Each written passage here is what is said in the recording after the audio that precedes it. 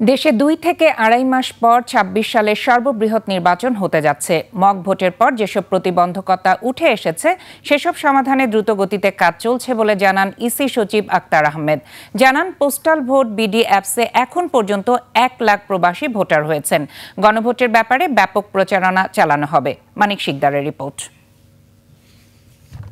ত্রয়োদশ জাতীয় সংসদ নির্বাচন ও গণভোট নিয়ে রোববার বিকেলে নির্বাচন ভবনে ইসির সাথে আন্তঃমন্ত্রণালয় বৈঠক।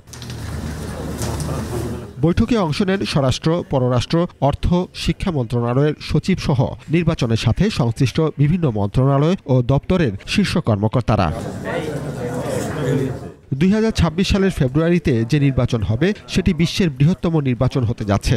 এ নির্বাচন অবাধ, সুষ্ঠু ও নিরপেক্ষ করতে সব ধরনের প্রস্তুতি ও অগ্রগতি নিয়ে সাংবাদিকদের ব্রিফ করেন ইসি সচিব। আগামী বছরের এটা সর্ববৃহৎ ইলেকশন হবে বলে নির্বাচন কমিশন, মাঠ প্রশাসন, জুডিশিয়ারি এদের এই তিনটার ভিতরে সমন্বয়টা খুব জরুরি। যারা নির্বাচনের দায়িত্ব পালন করবে তারা যেন কোনো প্রভাবশালীদের আতিথেয়তা গ্রহণ না করে সে নির্দেশনা দেওয়া হয়েছে বলে তিনি জানান। নির্বাচনের সাথে দায়িত্ব পালন করেন তারা দেখা যায় যে বিভিন্ন সময় স্থানীয় প্রভাবশালীদের আতিথেয়তা গ্রহণ করেন।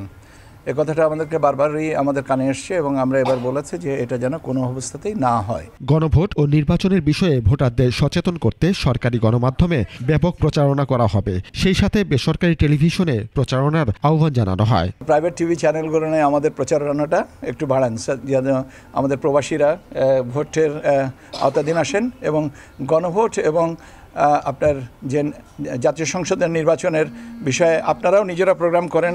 প্রবাসীদের ভোট নিশ্চিত করতে পররাষ্ট্র মন্ত্রণালয় কাজ করছে জানিয়ে ইসি সচিব বলেন, এখন পর্যন্ত 1 লাখ প্রবাসী ভোটার নিবন্ধিত হয়েছেন। কিছু টেকনিক্যাল প্রবলেমের কারণে আমরা কয়েকটা দেশের নিবন্ধন প্রক্রিয়াটা স্থগিত রাখা হয়েছিল, সেটা চালু হয়েছে। নির্বাচনে আইন শৃঙ্খলা নিয়ন্ত্রণে নেতৃত্ব দেবে স্বরাষ্ট্র মন্ত্রণালয়। আজ থেকে 2 মাস বা আড়াই মাস পরে যে তারিখটা হবে সেটা সিদ্ধান্ত তো এখনই আপনারা যদি চান, সেটা আমার মনে হয় যে। মানিক শিকদার, 21 টেলিভিশন, ঢাকা।